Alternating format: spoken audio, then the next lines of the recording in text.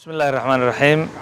waxaan ku sugannahay madaarka caalamiga ah ee Sayid Maxamed Cabdulla Xasan.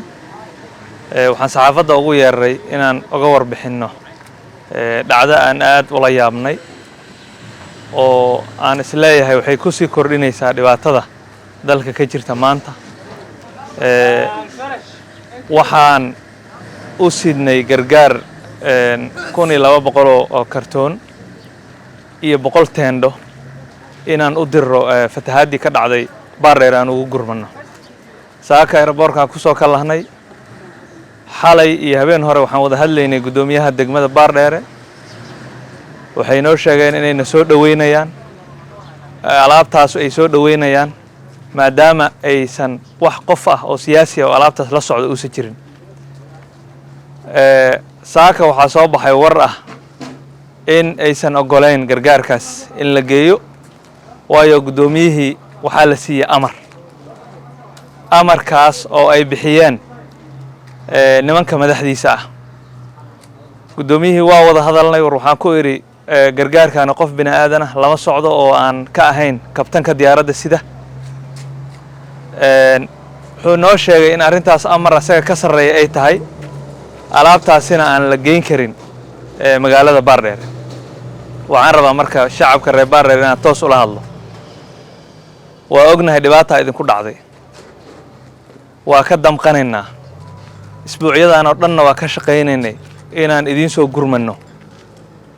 diyaaraddii aan tooska halkan uga soo diraynay ay alaabtii ay caalamka ku deeqeen oo weliba loogu talagalay dadka qaxootiga ee barakacayaasha ee Kismaayo ku nool ee aan u weecinay dadka walaalaha iyaga ah ee Baardheer ku dhibaataysan in si toos ah qolada meesha joogta ee gudoomiyaha ugu horeeyo iyo qolada gobolka ka shaqeysa inay diideen.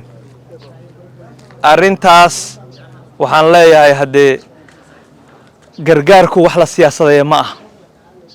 gargaarku waxaa la rabaa siyaasaddu inuu ka madax bannaan yahay. saas darteed shacaba waxaan idin leeyahay waa ka xunnahay waana ka damqanaynaa dhibaatada idin haysata laakiin mas'uuliyadda qaybtiina ayaad ku leedihiin dadkaas idin hor taagan oo idin hor jooga inaad iska dhicisaan oo la hadashaan oo u sheegtaan waxa ay ku dhaqmayaan inaysan wax sax ahayn. dalku waa federaal gedo iyo Baardheeraba waxaa ka mas'uula Jubbaland maadaama ay saas tahay hay-adaha iyo gargaarka iyo wax walbo tegaya Baardheer waa waxaynu inaga ogolaano fasaxnay mana rabin mana doonayno mana samayn doono inaan gargaarka siyaasadeeno laakiin waxaan ugu baaqayaa shacabka reer Baardheer arrintaas inay ka feejignaadaan iskana dhiciyaan nimankaas meesha jooga. waxaan rabaa inaan marqaati gashto si warkani maadaama la duubayo inaan marqaati gashto gudoomiyaha markaan wada hadlaynay waxaa joogay Sheekh Maxamed Waadi oo ah gudoomiyaha hay'adda Al-Raxma oo aan kala shaqaynaynay inay gargaarkan iyagu dadka gaarsiiyaan oo bixiyaan. gudoomiyaha wuxuu ii cadeeyay oo si cad iigu sheegay in arrintaasi suuragal ahayn amar kor laga soo dhiibayna uu yahay. waxaa marka la yaab leh in dad dhibaataysan oo fatahaad iyo abaarana hore uga horeeyeen haddana fatahaad ku dhacday xoolahoodii iyo guryahoodii ku burbureen in la yiraahdo xitaa alaab idin socoto dad iska badaa siyaasi alaab socoto xataa la idinma keenay in la yiraahdo. waxaan rabaa shacabka reer Gedo dhammaan qurba joogtooda cuqaashooda waxgaradkooda inay arrintan u istaagaan oo ka dhiidhiyaan. meeshu siyaasad waa la isku hayn karaa dadku waa isdiidanaan karaa waa la wada hadli karaa shirar iyo dib u heshiisiin baa la geli karaa wax walba oo dhacana waa laga heshiinayaa laakiin in la yiraahdo dadkii mucaawino lama siin karo waxba looma geyn karo wax saxa ma aha. reer Baardheer iyo reer Gedona ma qabato. waxaan shacabkaas leeyahay istaaga waxa idin dul heebaabaya oo idin kor taagan ee daruurta madow ah iska dulqaada. السلام عليكم ورحمة الله وبركاته. المنتخب الإسباني